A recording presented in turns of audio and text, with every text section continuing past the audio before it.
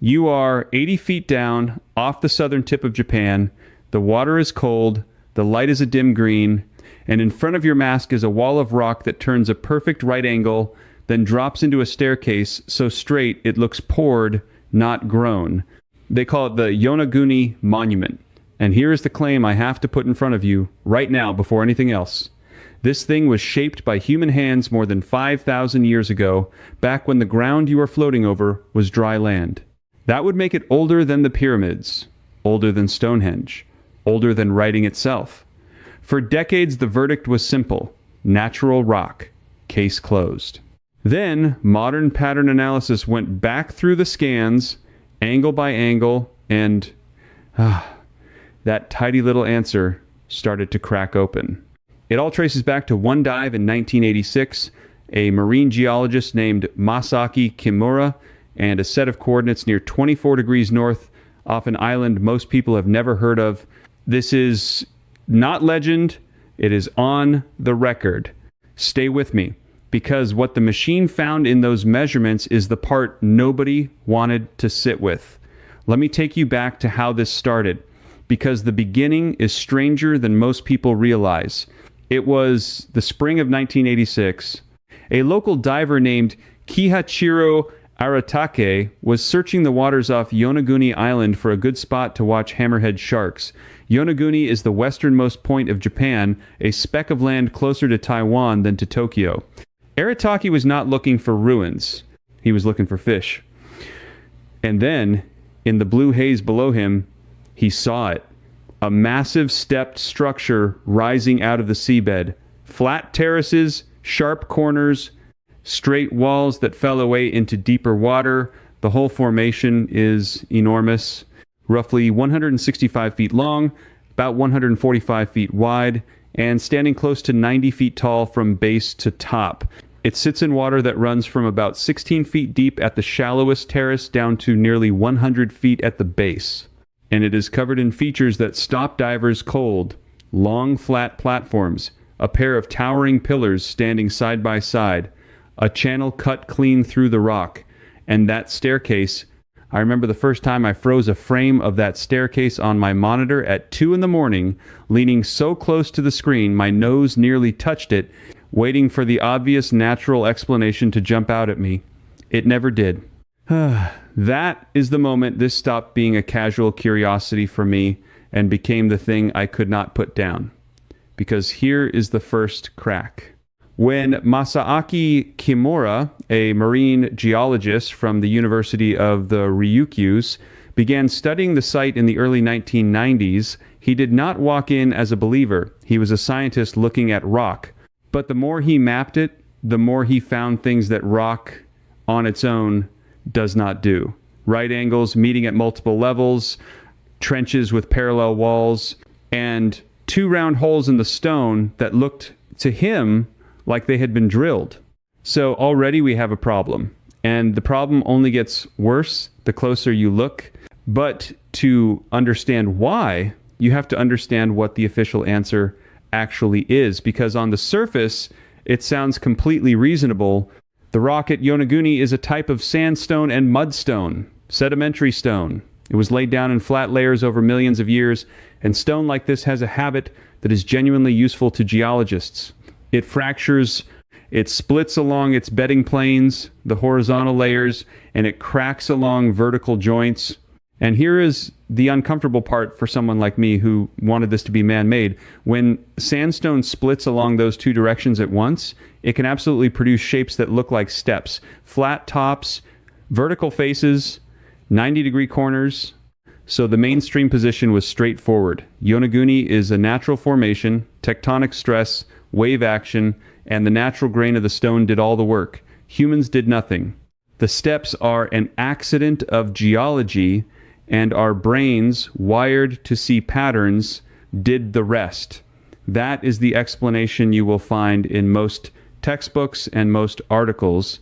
And I want to be honest with you, it is not a stupid explanation. For a long time, it was enough for me too, but then I started running the actual numbers, and the accident of geology began to feel less and less like an accident. Here is the first thing that would not sit right. If this entire structure was carved by natural fracturing, then every terrace, every step, every corner should follow the same set of fracture directions. That is how fracturing works.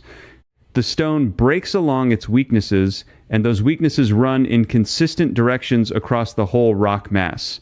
But when the site was mapped in detail, the features did not all line up that way. There were flat surfaces facing directions the natural joints do not run. There were steps at heights that do not match the thickness of the natural rock layers. And then there is the debris problem, and this one I cannot get past. Think about it with me. If a giant block of stone splits off a cliff and tumbles, where does it go? It falls. It piles up at the base. It leaves a mess of broken rubble scattered around the bottom. That is what a natural collapse looks like. Chaos, fragments, a slope of debris, but large sections of Yonaguni are clean, the flat terraces are swept, the channels are open. Around the base, in places where tons of fallen rock should be sitting, there is nothing. The material that should have broken off and collapsed is simply not there. Now, if you are the kind of person who has heard 100 of these videos promise a mystery and deliver hot air, I get it. And this next part is built specifically for you, so do not go anywhere. Because the strongest voice for the natural explanation is not some anonymous skeptic, it is a serious scientist, and he dove the site himself. His name is Robert Schoch. He is a geologist at Boston University, and he is famous for challenging mainstream dates. Before he is the man who argued the Great Sphinx of Egypt is far older than Egyptologists claim based on water erosion. So Schoch is no coward about controversial ideas. In 1997, he traveled to Yonaguni and dove the monument himself to see it firsthand, and his conclusion was that it is essentially natural. He pointed out exactly what I told you, that the local sandstone fractures into these blocky, stepped shapes on its own. He noted that the layers are still connected to the bedrock underneath, not stacked like separate building blocks. He argued that what looks engineered is really the natural personality of this particular stone dressed up by our pattern-hungry eyes. That is a strong case. I want you to feel the full weight of it, because I did. For weeks I thought Schoch had probably ended the argument, but then I kept reading, and I found the crack in his own account, the detail that even he would not fully close the door on. Because Schoch himself admitted something crucial. He did not rule out that human beings had modified the site. He allowed that ancient people could have taken a natural formation and enhanced it, cut into it, straightened it, added to it. And once you accept that possibility, even a little, the whole purely natural wall comes down. Because now the question is no longer natural or man-made. The question becomes, how much of this did people do? And that is exactly the question the original explanation was built to avoid asking. This is where the modern reanalysis changed everything for me. Because for years, the debate was two divers with two opinions, each looking at the same rock and seeing something different. That is not evidence. That is a stalemate. What was missing was a way to measure the thing without a human bias deciding in advance what it wanted to see. And that is what finally happened. Researchers took the accumulated survey data, and before I show you what the geometry revealed, I want to tell you about something I put together for exactly this kind of moment. This investigation, Yonaguni, the sea level data, the debris problem, the quarrying signatures, is the kind of work I go much deeper on in my books. First Threshold, Deep Signal, and Hidden Systems.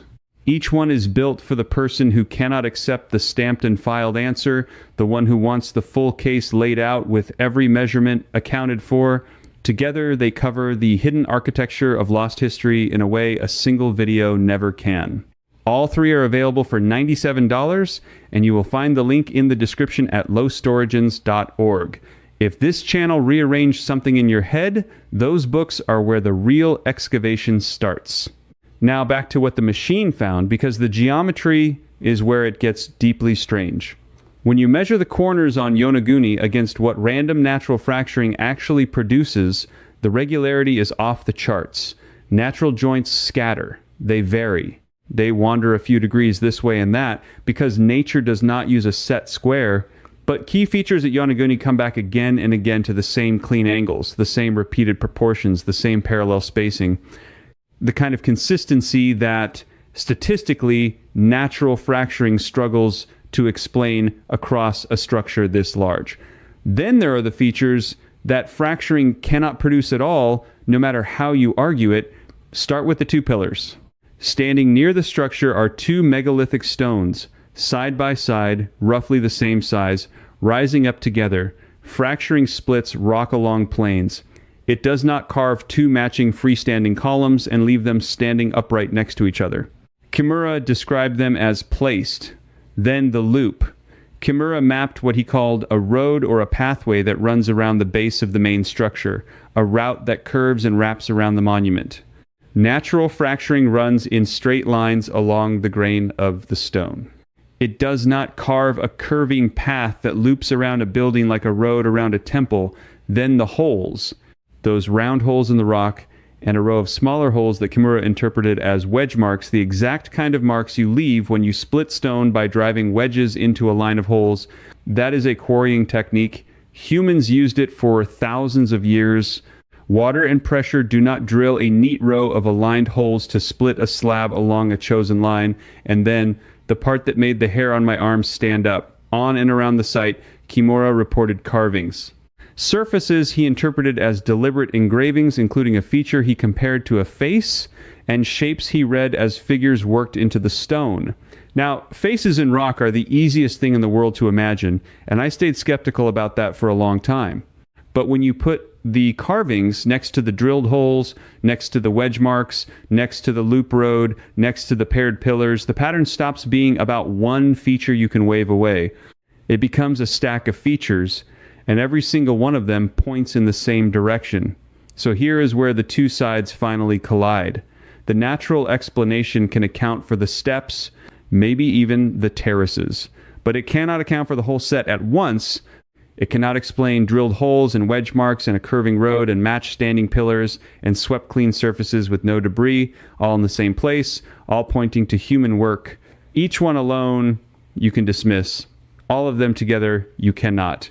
And this is the exact moment where I stopped being able to accept the official answer and where I started to wonder why the official answer had been defended so hard. Because this is the part that changed the whole case for me.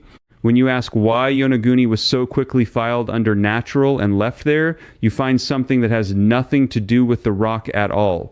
You find a date problem so severe that solving it the honest way would break the timeline of human civilization itself. Let me walk you through it, because this is the heart of everything. Yonaguni is underwater today. That is not in dispute. The top of the structure sits about 16 feet below the surface, and the base drops down close to 100 feet.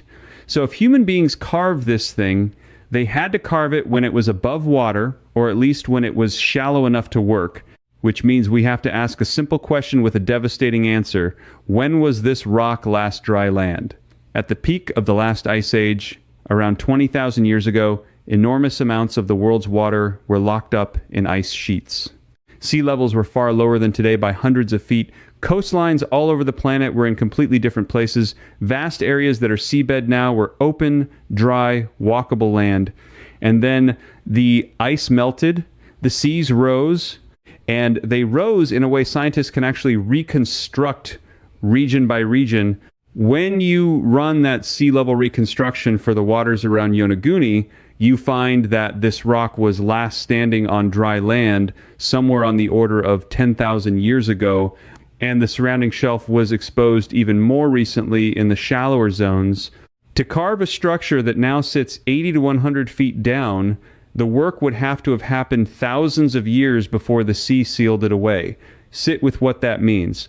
Even taking the most cautious reading, even saying the shallowest terraces were worked when the water was only just beginning to close over them, you are still looking at a monument that is at minimum 5,000 years old, and by the fuller reading, closer to 10,000 years old.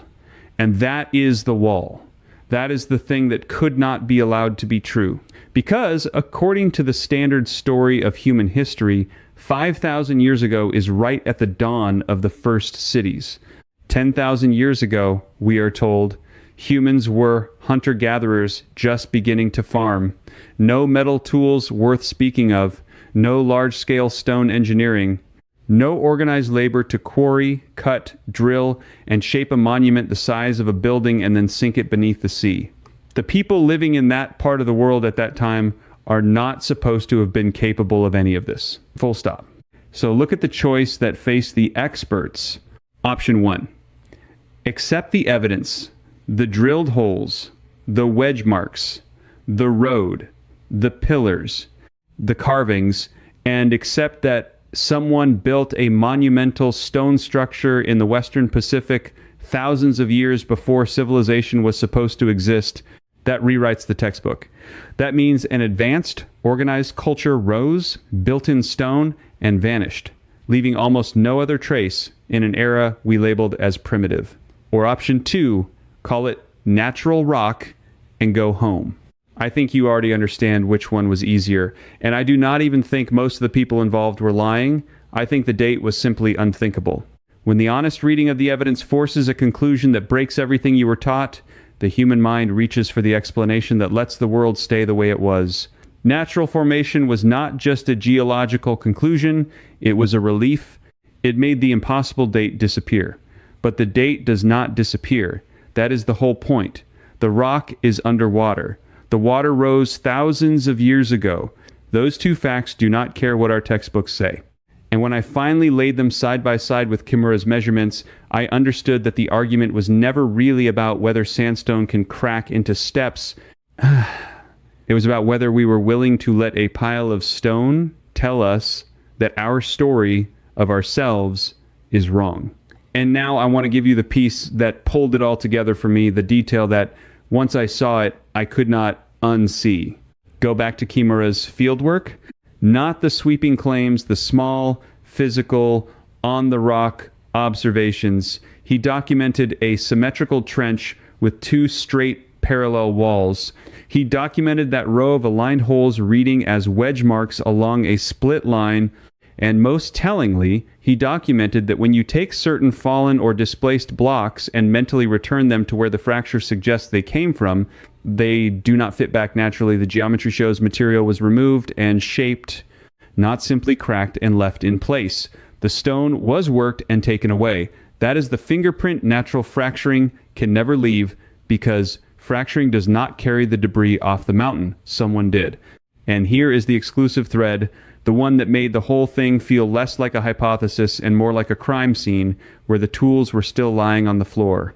Yonaguni Island has its own history that most people telling this story completely skip. The island had an indigenous writing system, a set of pictographs and symbols known as Kaida script, used by the local people for record keeping in centuries past.